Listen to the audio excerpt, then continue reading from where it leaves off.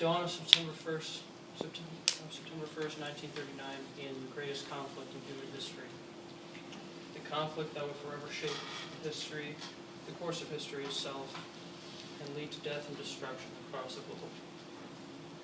This conflict still influences our decisions today, especially when we're dealing with European nations. After studying World War II for many years, I have taken a huge interest in this subject. The war in Europe started September 1st, 1939, and ended 6 years later with the unconditional surrender of Germany, leaving nothing but death and destruction in its wake. To understand the course of the war, we must look at the beginning, turning points, and end of the war. Like all things, we'll start at the beginning.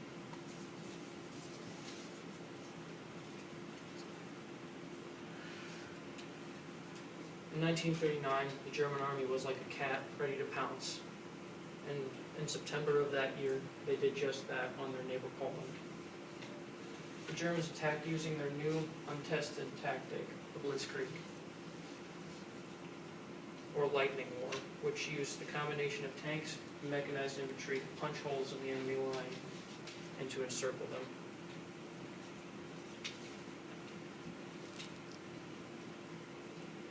The Germans attacked Poland in a three-pronged attack, like a trident. From the north, from eastern Prussia, the south from occupied Czechoslovakia, and from the west, from eastern Germany. The German operation was very successful, and they overran all of Poland in 5 weeks. But Germany still had to take care of France and England. There was about a 7-month waiting period between the invasion of Poland and the invasion of France, which was known as the Phony War, where no real combat occurred.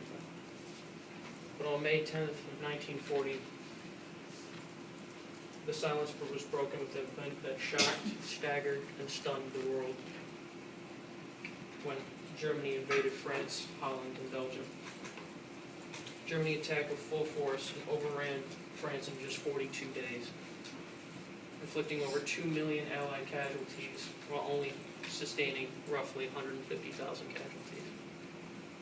But the Germans blundered by allowing most of the BEF, British Expeditionary Force, to escape at Dunkirk, a small French port along the English Channel, which is right there. But France was forced to surrender, and in a further humiliation, they were forced to sign their surrender in the same railway car that Germany signed its surrender after the First World War. With the war in the West going in his favor, Hitler turned his focus to the campaign he yearned for, like a dog yearns for the return of its master, the campaign against the Soviet Union. Operation Barbarossa was the invasion of the Soviet Union by Germany in 1941. This operation was highly successful due to poor defenses prepared by the Soviet Union. The German army quickly punched through their defenses and cut off, captured, and killed many Russians, forcing them into a headlong retreat. The Soviet retreat ended at the outskirts of Moscow, Leningrad, and Stalin. This leads to a do-or-die stand for the Soviet Union and the world, at a key battle to turn the tide of the war, which takes us to our turning points, which is First Battle of Stalingrad. Battle of Stalingrad was undoubtedly one of, if not the key turning point in the war. This battle began in mid-1942 and ended in early 1943 as a major Soviet victory.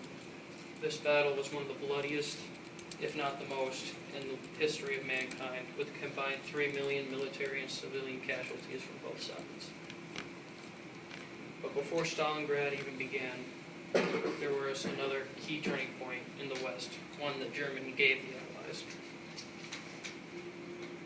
was Germany's declaration of war on the United States. On December 11th, 1941, just a couple days after Pearl Harbor was attacked, Hitler declared war on the United States, which brought another Allied power into the war, one that makes it possible for the Western Allies to set up another front.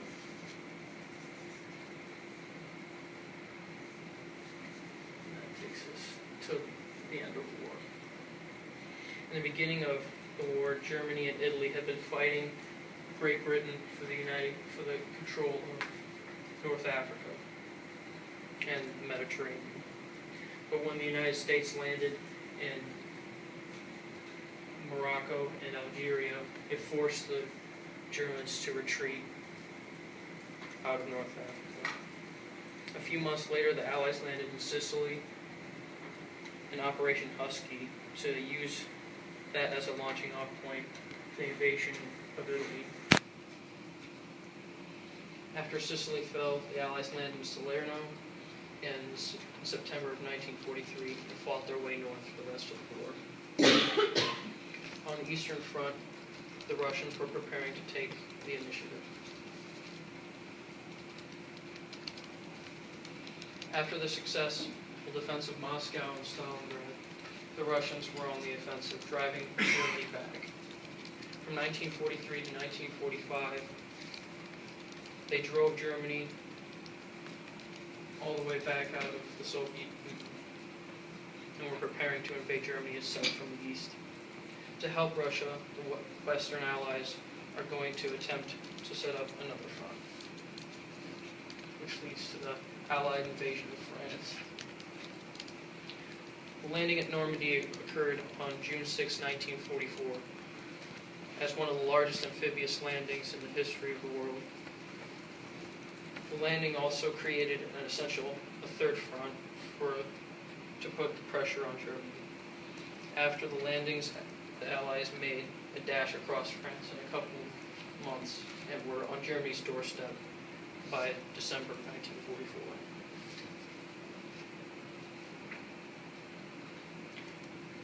But the Allies were beginning to settle in for the winter, and Hitler was plotting like a thief a move that could change the outcome of war, which on December 16th, 1944, many Allied soldiers believed that Germany was already defeated, but their minds changed abruptly when Germany launched a surprise attack aimed at the port of Antwerp through the Ardennes forest.